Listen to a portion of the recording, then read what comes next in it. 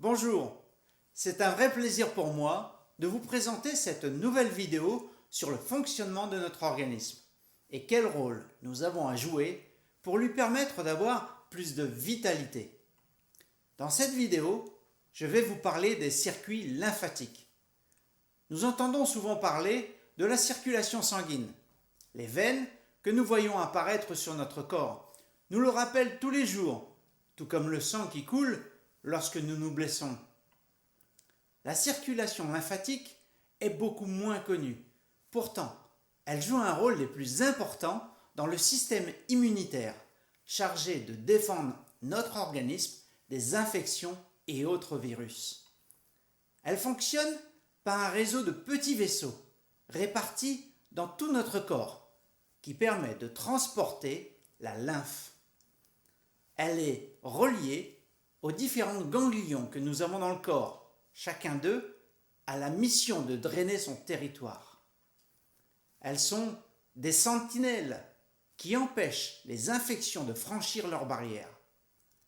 Les ganglions que nous connaissons les plus sont dans le cou, sous les aisselles et dans l'aine. Mais il y en a bien d'autres dans l'ensemble de notre corps. Quand une inflammation se déclare, ces ganglions se mettent à gonfler. C'est un signe que le système lymphatique est en activité.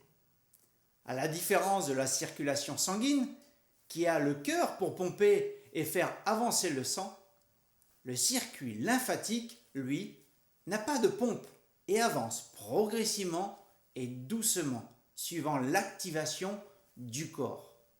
Le rôle du circuit lymphatique est multiple. Tout d'abord, il a pour mission le drainage. La lymphe draine les excès de liquide se trouvant dans les tissus. Elle participe à la détoxication des organes et du corps en permanence. Elle transporte les particules que le corps considère comme ne faisant pas partie de l'organisme. En médecine, ces particules sont appelées les non-soi. Lorsque la lymphe détecte une infection, elle la draine jusqu'au prochain ganglion. Là, le ganglion va épurer la lymphe et va stopper les bactéries ou les virus présents pour les détruire. À cet instant, le ganglion va analyser le type d'infection que l'organisme a contracté. Ensuite, il va fabriquer des anticorps et des globules blancs correspondant à l'infection contractée pour se défendre de cette invasion. Le ganglion concerné va gonfler pour produire un grand nombre de globules blancs et d'anticorps, ce qui lui permettra ainsi de mieux filtrer les éléments indésirables qui arrivent avec la lymphe. Nul doute que si le ganglion est très gonflé, cela veut dire qu'il est en plein travail et donc que l'infection doit être prise en considération. Souvenez-vous, lorsque vous avez eu un mal de gorge, les ganglions du cou étaient gonflés. Vous pouviez les tâter et sentir comme ils avaient pris du volume. Les ganglions du cou représentent en général une infection de la région de la tête. Ceux qui sont sous les aisselles sont liés avec le circuit lymphatique des bras et ceux de l'aine sont liés avec celui des jambes. C'est une façon pour nous de pouvoir définir s'il y a une infection en cours dans notre organisme et d'estimer quelle partie du corps pourrait être infectée. Une fois passée par le ganglion, la lymphe qui continue son chemin, je la refais. C'est une façon pour nous de pouvoir définir s'il y a une infection en cours dans notre organisme et d'estimer quelle partie du corps pourrait être infectée. Une fois passée par le ganglion, la lymphe qui continue son chemin ressort du ganglion chargé en globules blancs et en anticorps. Dans sa progression, elle va rejoindre la circulation sanguine. Le sang, lui, va transporter les globules blancs et les anticorps à l'endroit où l'infection a été repérée. La mission des globules blancs et des anticorps, bien sûr, est de neutraliser les microbes et d'arrêter l'infection. Une fois neutralisés, les microbes et les déchets morts sont évacués à travers le sang et le circuit lymphatique. Ils seront alors détruits par les organes, comme la rate, et par les ganglions. Si cette infection est sur la peau, des rougeurs ou des gonflements de la zone touchée pourraient apparaître. C'est le signe que le travail de nettoyage est en cours. Lorsque le ganglion dégonfle, cela indique que l'infection a diminué et que la production de globules blancs et d'anticorps a été réduite. Mais ce n'est pas tout. Notre système lymphatique a une autre mission, et pas des moindres. Elle est présente au niveau de l'intestin grêle. La lymphe joue un grand rôle dans l'absorption des nutriments essentiels à notre organisme. Mais elle absorbe également les graisses que nous avons consommées. Elle les récupère sous forme de liquide au niveau de l'intestin grêle pour ensuite les réinjecter dans l'ensemble du système sanguin, qui à son tour va les diffuser aux organes vitaux et aux différentes cellules de notre corps. Si nous mangeons une bonne nourriture, la lymphe pourrait absorber de bons nutriments et les distribuer à notre organisme. Mais si notre alimentation est trop grasse, notre circuit lymphatique s'encrassera. Il sera donc ralenti et ne pourra plus remplir sa mission dans de bonnes conditions. Le bon fonctionnement de ce circuit est donc capital pour notre bonne santé et notre vitalité. Notre organisme est vraiment extraordinaire et son fonctionnement, avec cet équilibre dynamique, semble parfait. Lorsque nous l'avons compris, nous savons que nous pouvons compter sur lui. Mais lui, peut-il compter sur nous? Sommes-nous prêts à le soutenir et à lui donner notre aide? Acceptons-nous de changer nos habitudes pour le protéger et lui permettre d'aller mieux tous les jours? Nous ne pouvons pas agir directement dans ce mécanisme extraordinaire, mais nous pouvons apporter notre contribution pour permettre à notre système lymphatique de mieux fonctionner. Si les mouvements du corps ou l'activité physique s'intensifient, la lymphe circulera plus rapidement. Le flux pourrait être 10 à 30 fois plus élevé. Mais au contraire, rester sans bouger sur des périodes prolongées freine le drainage de la lymphe. Alors, prenez l'option de bouger en faisant une activité suivant votre capacité. Marchez minimum 30 minutes par jour. Même si c'est 3 fois 10 minutes dans la journée, c'est très bien. Mais ce qui est mieux encore, pour ceux qui le peuvent, c'est de courir, de faire du trampoline, de la natation, de la corde à sauter, et même monter à cheval, au trot ou au galop. Toutes ces activités vont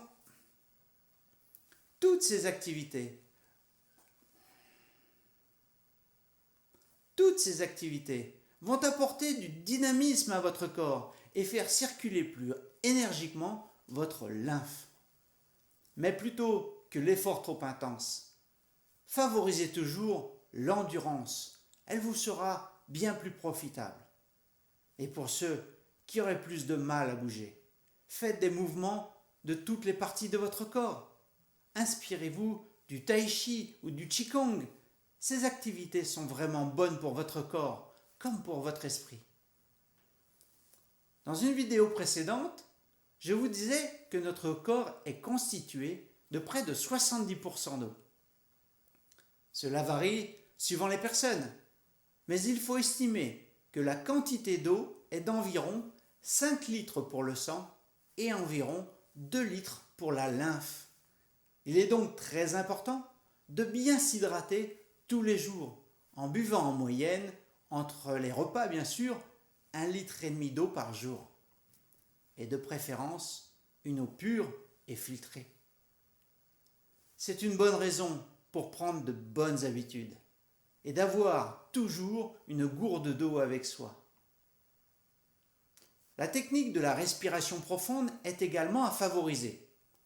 Lors de respiration profonde, nous exerçons un mouvement sur le diaphragme. Ce muscle, qui est situé entre le thorax et l'abdomen, permet de favoriser la circulation lymphatique. Cette respiration est utilisée dans la pratique du yoga mais également pour le chant. Elle permet d'assouplir et d'étirer le diaphragme, ce qui sera profitable pour une meilleure circulation de la lymphe. Ces pratiques peuvent se faire à la maison. Vous pouvez effectuer des exercices de respiration profonde simples et efficaces.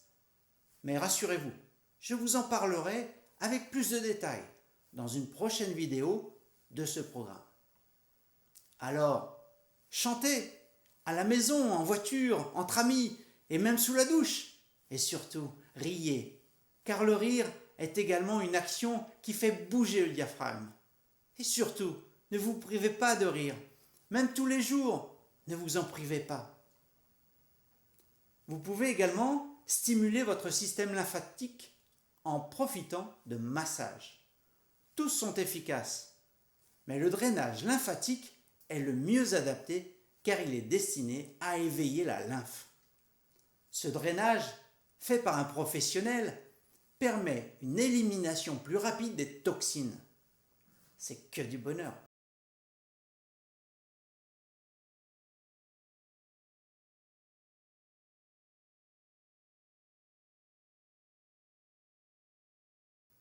Une autre technique est de frictionner la peau à sec. Je vous conseille d'utiliser une brosse adaptée. Vous en trouverez facilement dans votre magasin habituel ou une boutique de beauté. Pour faire cette action, il faut vraiment que la peau soit bien sèche. Brossez doucement tout le corps de la peau à nu. En général, il est conseillé de faire un brossage en partant des extrémités des membres tout en brossant dans la direction du cœur. Cette action a plusieurs avantages. Elle permet d'activer la circulation en surface, bénéfique pour la lymphe et donc pour l'élimination des toxines.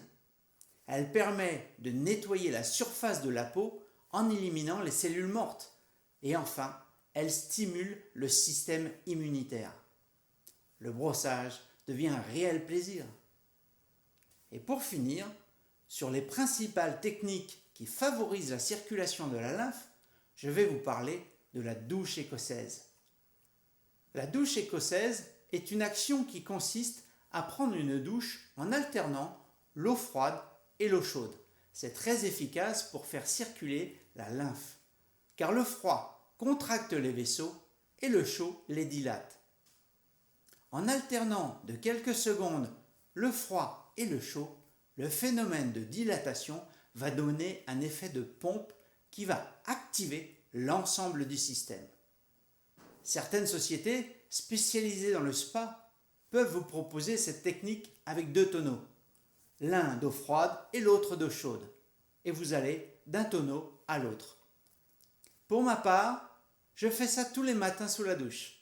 J'alterne le froid et le chaud pendant 15 à 20 secondes pour arroser toutes les parties de mon corps. Et je change. Je le fais 3 ou 4 fois de suite et je finis par le froid.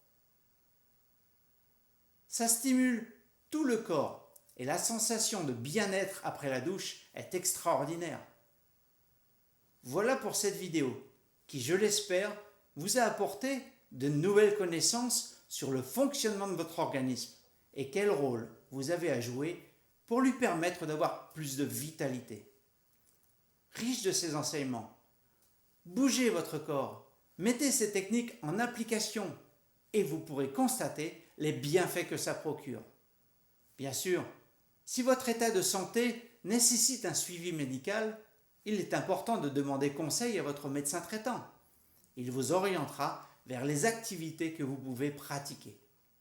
N'oubliez pas que durant notre vie sur Terre, nous n'aurons qu'un seul corps pour nous accompagner.